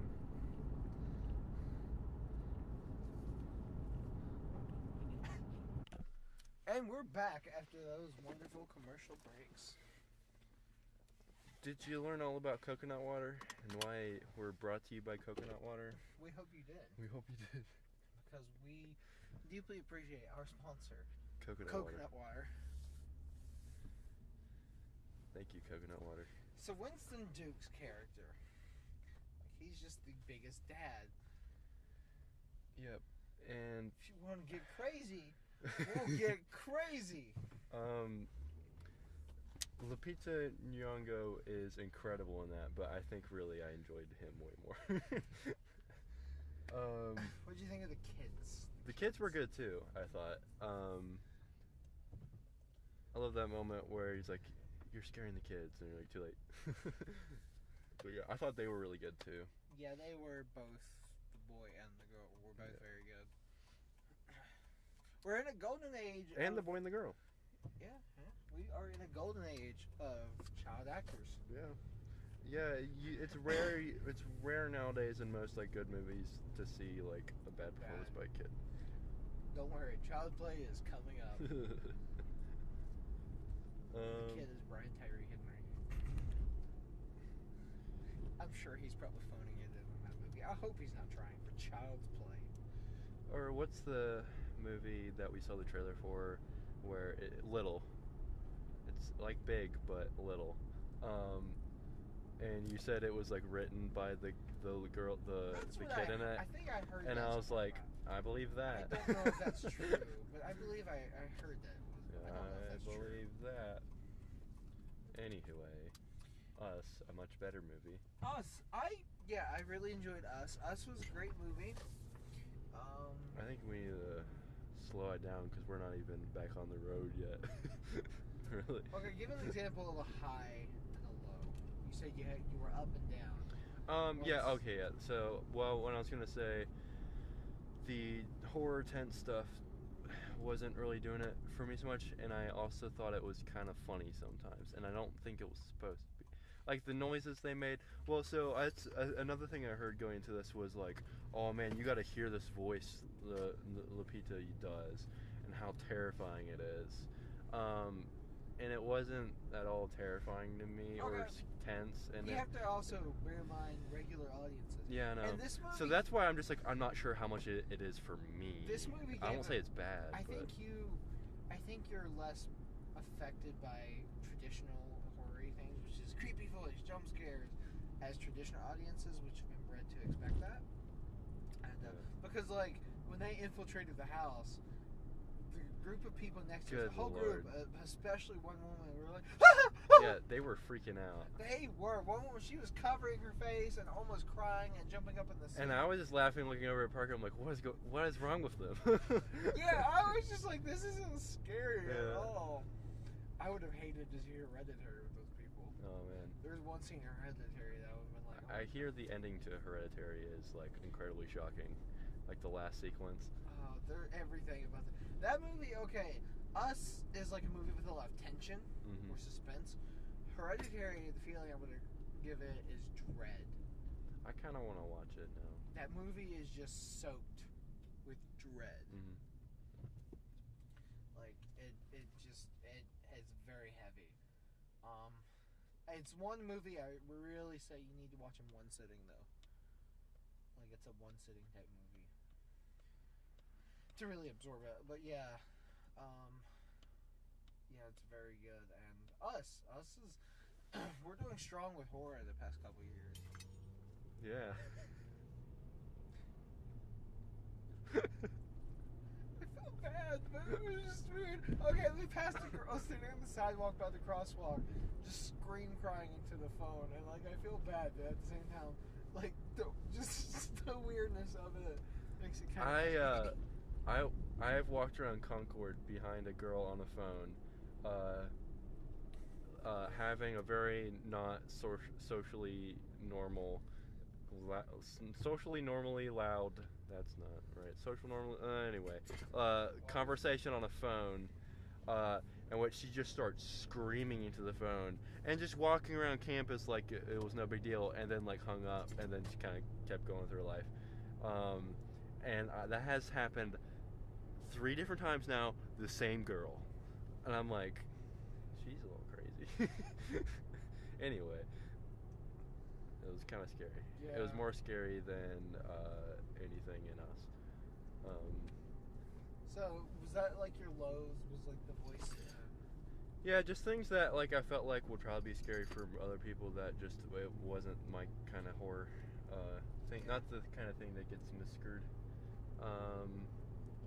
And you know what? I'm not sure what. I haven't seen that many horror movies really, so I'm not really sure what kind of movie. I would say It made me, and I haven't even watched all of it, but what I saw of It made me more uncomfortable than like anything than this. Or like, there's movies that I say they're shock movies. The goal is to get you to jump, freak out, then and that's they're it. in the theater. Yeah, that's it for sure. I like horror movies that like gives you a sense of dread that just follows you. It Follows does that. That was one Jordan Peele recommended that he made them all watch was It Follows, and that's on Netflix if you want to check it out. It's a very, very, very slow horror movie. It's very slow. Yeah. So. Have you seen Witch or The Witch? No, it's been on my list for years. But I haven't seen it yet. I hear it's pretty messed up. I might watch it. You should check out It Follows. That's one that Jordan Peele put out there that's readily available. There's also one called A Tale of Two Sisters. Horses. Sorry. Prime. I just get really Dead hyped for horses. Dead horses. I get hyped for horses. No, they're all alive. These are good living horses. They got stabbed by horses with scissors. They got little horse jackets on. That's nice. They're keeping their horses warm. I assume that's the purpose. I don't know. To cook the meat. No, or so they don't get rained on so much. I don't know.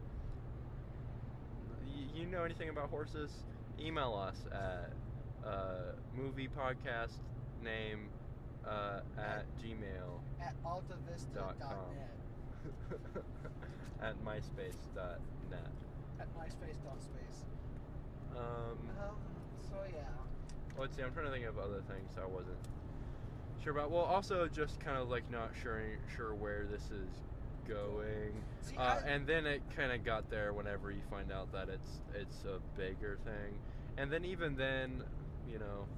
Okay, it's kind of weird. I like when a movie I don't know where a movie's going because it means I can be surprised by it. Yeah, that's why I was like, I'm still hanging on here, but like right now, like, is it just gonna be like the cops haven't shown up? Like, is it just gonna be this weird thing? Is this all in their heads? What's going? And then like, yeah. You see it. Okay, I'm gonna give my what I didn't like. There's only one thing that really kind of brought anything down for me, and I liked it being bigger, like everywhere. I thought that was a great concept. What I didn't like is them explaining what the tether sort of. They don't like super duper explain it, but they do. where the tether came from. Yeah. You get to go where the tether came from. I don't like that, and I don't like I would have liked if just all this happens and you don't know. Yeah. Like, who are they? Where are they from? Like, what do they do? That's true. I did kind of think it was interesting, though. It was interesting. But not, like, super exciting. I don't know. Yeah, it was something I could have had that taken out. But then at the same time, that sets up, I guess it's the gotcha twist ending. Yeah. And that, I did like that ending.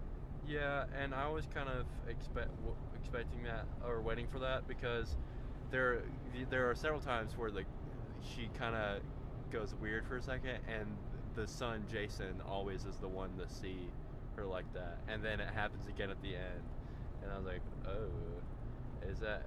And I was like, is that really her, or spoilers? I guess we're gonna do.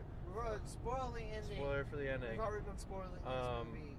You know better. And I was like, is that her? Is that really her, or is it just like this is affecting her and she's kind of turning into a monster too, or what it was gonna be? And then then it's the twist, which that kind of makes me wonder. The twist makes me wonder, like, what the bad version of Lupita, allegedly, whatever, the one in red Shadow. throughout the whole thing, that is attacking.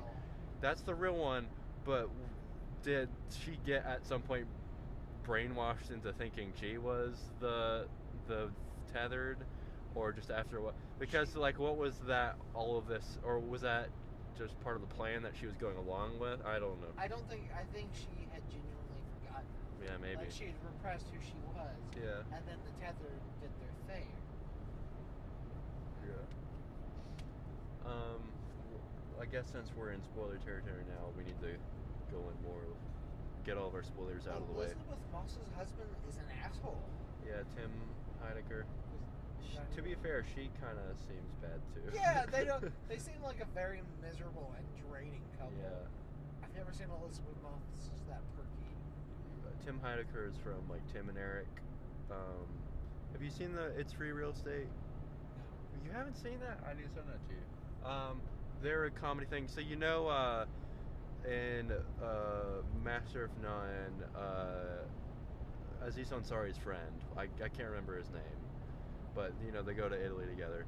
Yeah. The big dude. He's Eric. I can't remember his last name. And then Tim Heidecker's Tim. And it's a comedy. You might even like it. It's like a comedy sketch show, but they also do kind of like reality kind of comedy stuff too. And it kind of weird sense of humor. A lot of really weird sketches.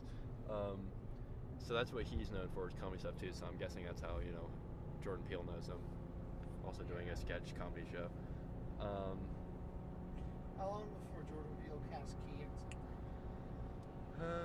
That might never happen. Or do they have an agreement? Yeah, like he's like, okay, when are you gonna put me in your movie? And he's like, never. It's like, when we did that show together. Is that not enough?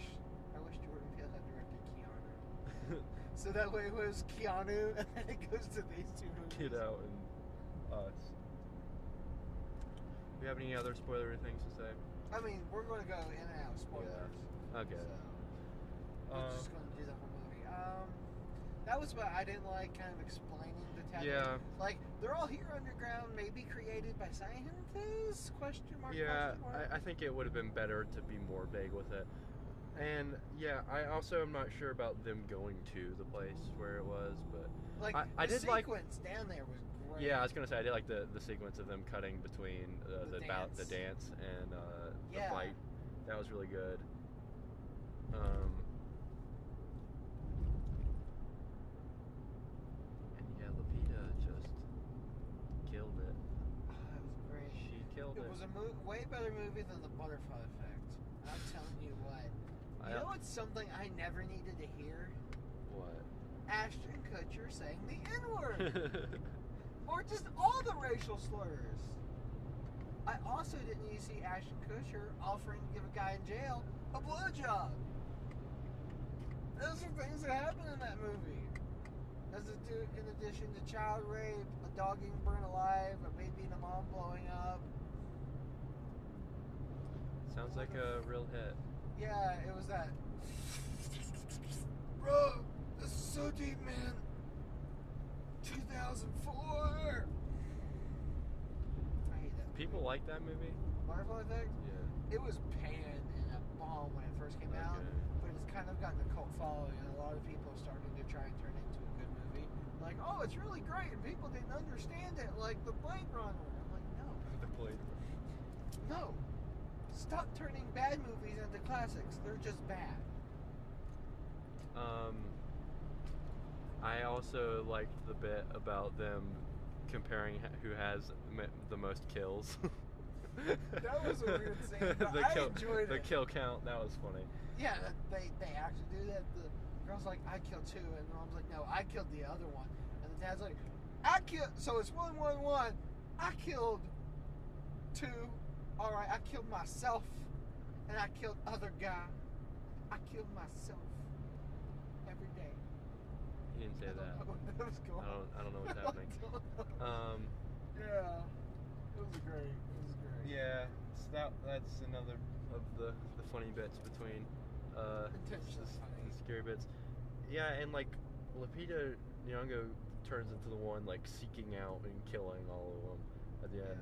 So I wonder what her end game is, just to replace herself and be the normal, like live the normal life. But she did live that whole life though. It's yeah, but I think you're saying how horrible. Yeah. And she wasn't an untethered. That's why she managed to break them all free. Because I think the untethered just go about their thing. Mm-hmm. They just do their thing. Yeah. And here comes someone that was the upper version, and that's what happens. And I guess to give the hint, Lupita Nyong'o's character going through all that therapy, that was her learning to become a real person. Yeah. Upper, Yeah, she couldn't talk for a while. Yeah. Yeah, none of the tethered could talk. I didn't quite piece that together with Yeah. Yeah. I was high for part of this movie, so I wasn't piecing everything together. Man, again, the first part of the movie is probably my favorite. Like the first chunk of it. So too bad you were high. I mean, I still appreciated everything and got most of it. I really liked.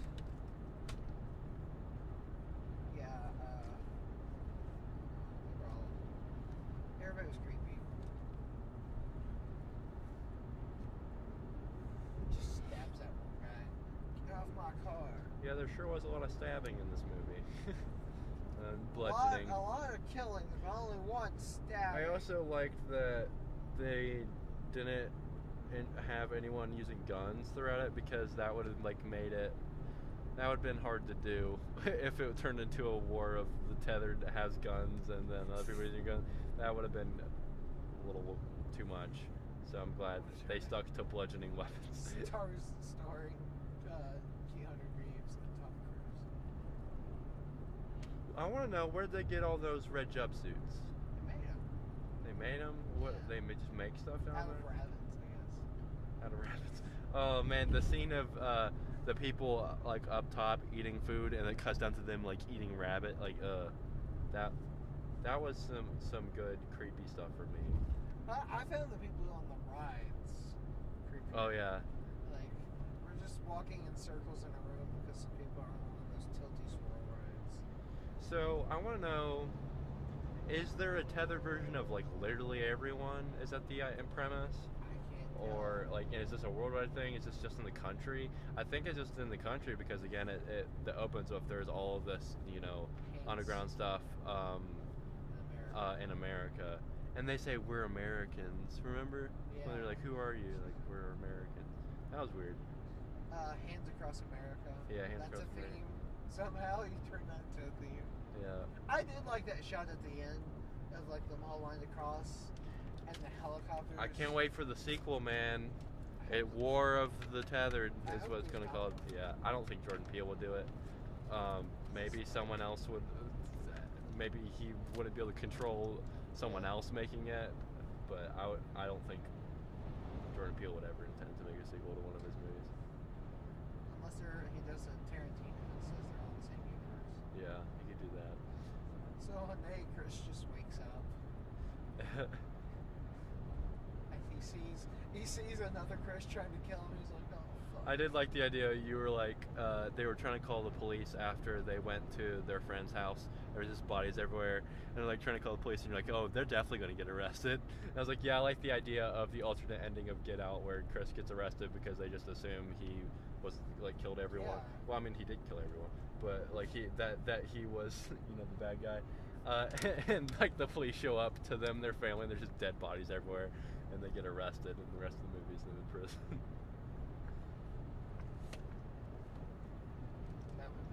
I did also like the idea of them like turning on the TV to see like what's happening everywhere else. Yeah. But like some of the actual like footage of it, I thought was a little kind of done without. But I like the idea of them like, oh hey, look, it's happening. Exposition by TV.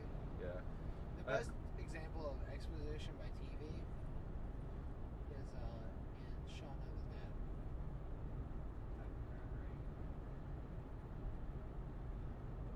Yeah, we've been having a good streak with horror movies. We've had Get Out, Us, Hereditary. A lot of people like that Quiet Place movie. Which The Witch back in 2015. It Follows.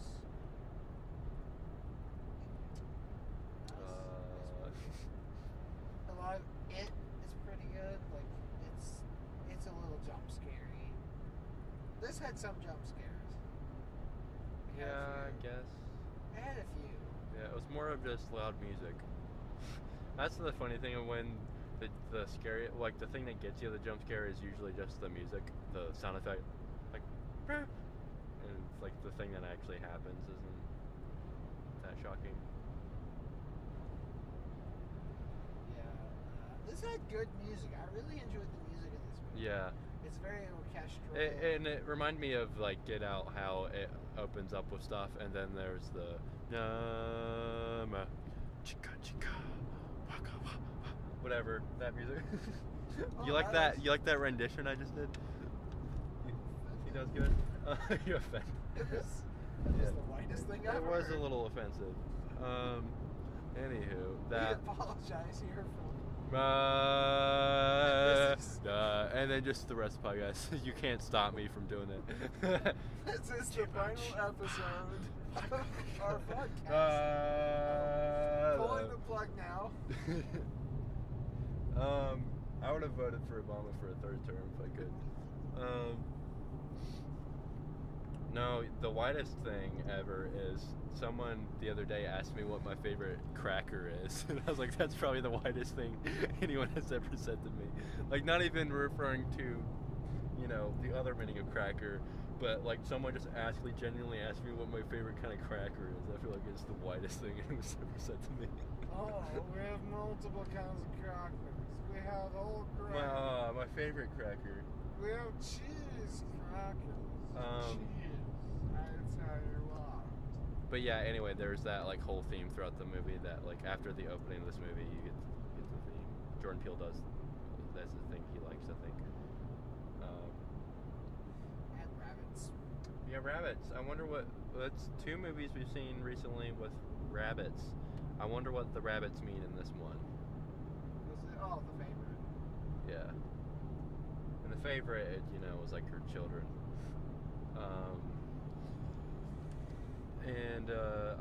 I wonder what the rabbits mean in this. Like, they had all those rabbits in there. Like, were they? I think maybe that's how they started the tethered thing. Was they made copies of rabbits? I don't know. I don't quite. But why did they had all those rabbits anyway?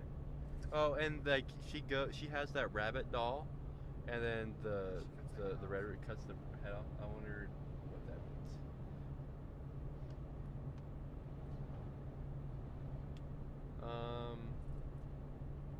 I had something else to say before you brought up music, and I don't remember what it was. We should probably take a notes during the movie. Probably what? Oh, Taking notes. yeah. It's probably Get a good. little notepad and scribble it down. I might have to start doing that because my memory's bad. Yeah, that's probably good planning. That's probably what actual people that do movie podcasts / reviews do. Take notes. Yeah, good performances all around. It wasn't super duper gory, like,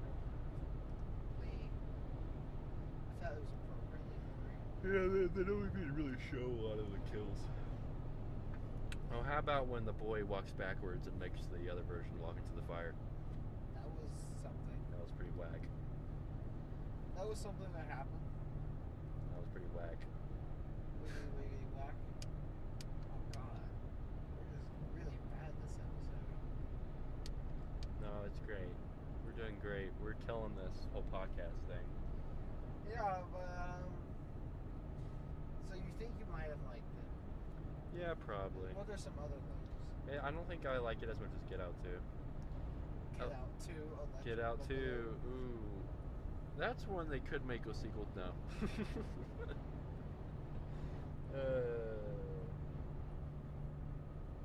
Do you think in the alternate version, Chris would have got the death penalty? Oh yeah. Where do they have the death penalty in the U.S.?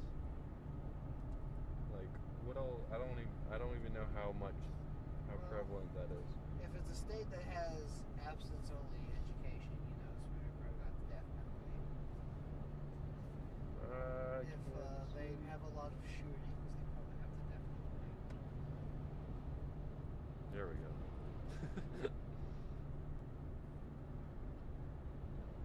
Yeah, I know a lot of people were knocking us because they were kind of expecting Jordan Peele to do another kind of social commentary thing. And there's more personal. there's not really any of that at all. Yeah, it's more of introspective.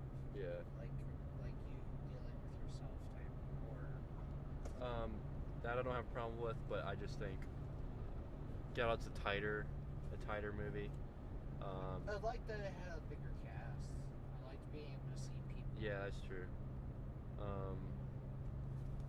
Because Get Out doesn't feel like in the real world. You just don't see a whole lot of Yeah, people. it's closed off from the world. And there's so much going on with this that I have to figure out whether or not I like with. Whereas Get Out, I think there's less going on.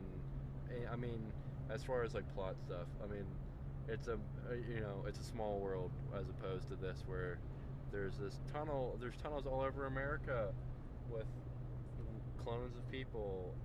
Whereas Get Out, it's just, hey, this is this weird thing this family does.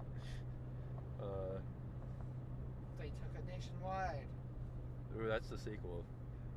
It's an alternate history where Chris doesn't succeed, and they've taken it across the country, and now it's like a dystopian thing where white people rule the world,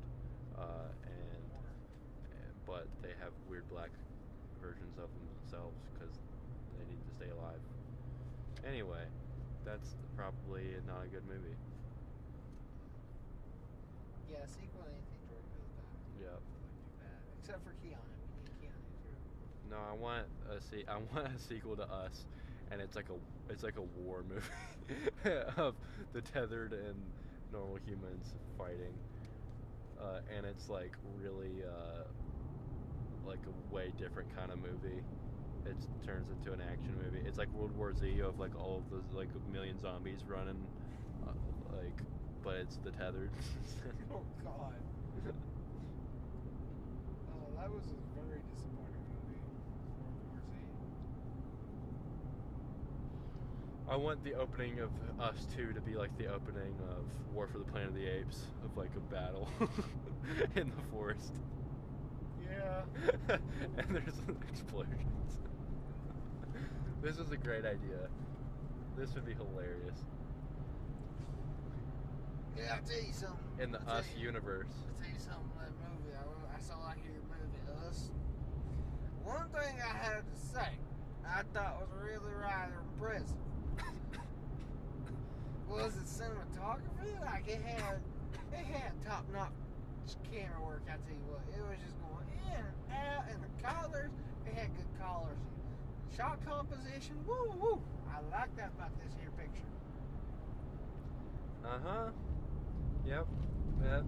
You're right on all accounts. There. Like that scene. My redneck friend. that scene when they're like moving around. That's well shot. Oh yeah, the one where they're moving around. Yeah. I love that shot. I know exactly what you're talking about. Well, I'm Randy, your friendly redneck cinephile. What's your favorite movie, Randy? I think I like Casablanca. Ooh. It's got some great dialogue right there, you know, just in clips. It's a well-written movie. Probably the greatest screenplay ever written down. What do you think about The Green Book? Fuck that shit. What about Bohemian Rhapsody? What do you think about that one? God damn, have you seen the editing in that piece of shit? Well, what was your... Also, Freddie Mercury is like the greatest fucking singer of all time, god damn it. What do you think about him being gay, though? Was he? You can't really tell in that movie. They just cut it all right out. Just go right over Freddie Mercury's whole entire goddamn history. What do you think about them maybe doing a sequel? How the fuck are you going to do a sequel about a guy that died? Freddie Mercury 2, Zombie Boogaloo?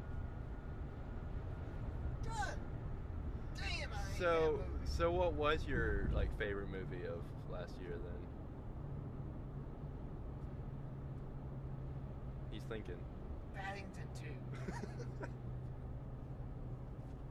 2. I wasn't expecting that, Randy. Why? Why is it your favorite? That movie's beautiful. It handles race relations in a way better, more thought out Wait, way really? Is that a than thing in that Green Book movie? 2. Yeah! I haven't seen it. And it's got beautiful colors. It's like a Wes Anderson movie with its aesthetic. And Paddington is just the most lovable little bear you ever did see. I mean, he's just so happy and just wants everybody to love him. And then, you know, it's kind of got a little Brexit thing going on there. It's a pretty good movie. I'll tell you what. I don't actually know anything about Paddington 2, and I don't know whether or not you're telling the truth, whether it handles race relations and Brexit. Wow. That's amazing. My favorite scene in Get Out, not Get Out, Us. I was like, ooh, when she's coming down the escalator and it's all yellow and her dress is white. Like, the lighting of it was really good, I thought. And it was a very good scene, and that's a one perfect shot scene. It's really good. How about the shot of the camera was inside the chalkboard, so you see Red's face, and then that was probably the most memorable shot of the movie for me, because it was just kind of this is weird. This is a weird shot. Very clearly meshed together. Yeah. And I feel like that had to be intentional, because Jordan Peele is too. Yeah, good of a director it to, did look out of place. I feel like there's a point to it.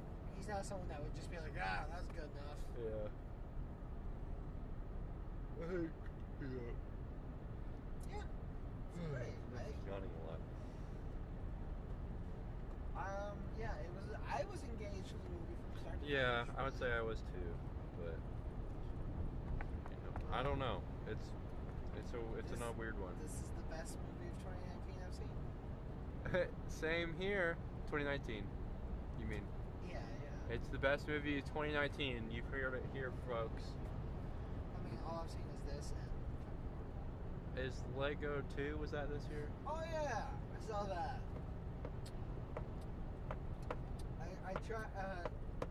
I thought about seeing Alita Battle Angel, but I don't think that would have been in the running. we should have seen Beach Ball.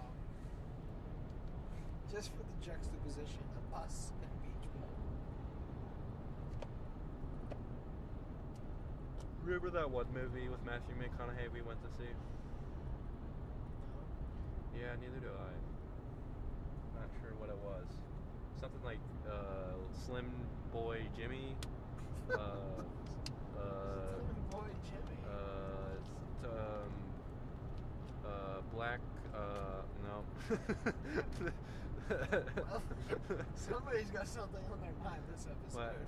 Well, I'm trying to think of the inverse of White Boy Rick, and then I was like, no, I'm not gonna say that. Damn. Black Boy Jimmy. So Life Zone. Life Zone. It's like somebody saw it, thought Jigsaw was the good guy. It's like somebody was describing Saw to their really moral, conservative relative, and they described Jigsaw's motivations. They're like, "Oh, that's good. Somebody should make a movie like that, but about abortion." Are we done with us? Are we done with us? Are we done with us? I think I'm all left out. I'm not sure. Left out. Maybe.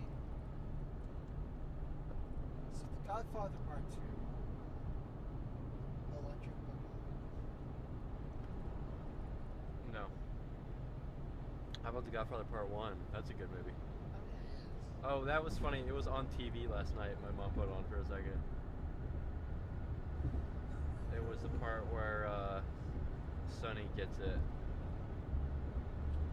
You're like, I saw this movie. Like, hey, he also made me an offer I couldn't refuse. Yeah. Godfather Part 2 was a great movie. And that's it for this week's episode of Country Boys Living in the City. I thought you were just doing like Country Boys. Shake it for me, boy. Country Boys, take us to home, please. It's time for the home.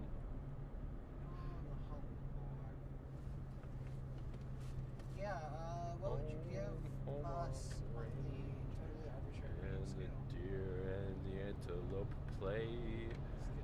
It's getting murdering. Us. I would give us. I'm gonna give us. Let's see. I gotta count how many family members there are real quick. Sorry. There's 4. Okay, there's 4. I counted. Right. 4. I was correct. It gets 4 head cut off rabbits out of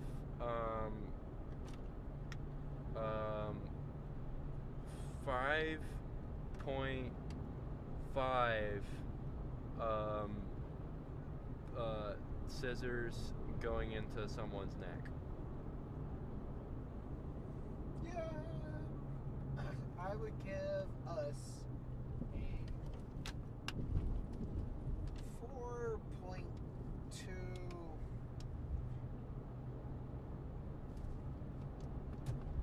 I'm done with boats, man. Out of 5. He just had to get the car to fuck with me. Shout out to the dad. Shout out to Winston Duke. You're doing the Lord's work. Don't you ever stop. Alright.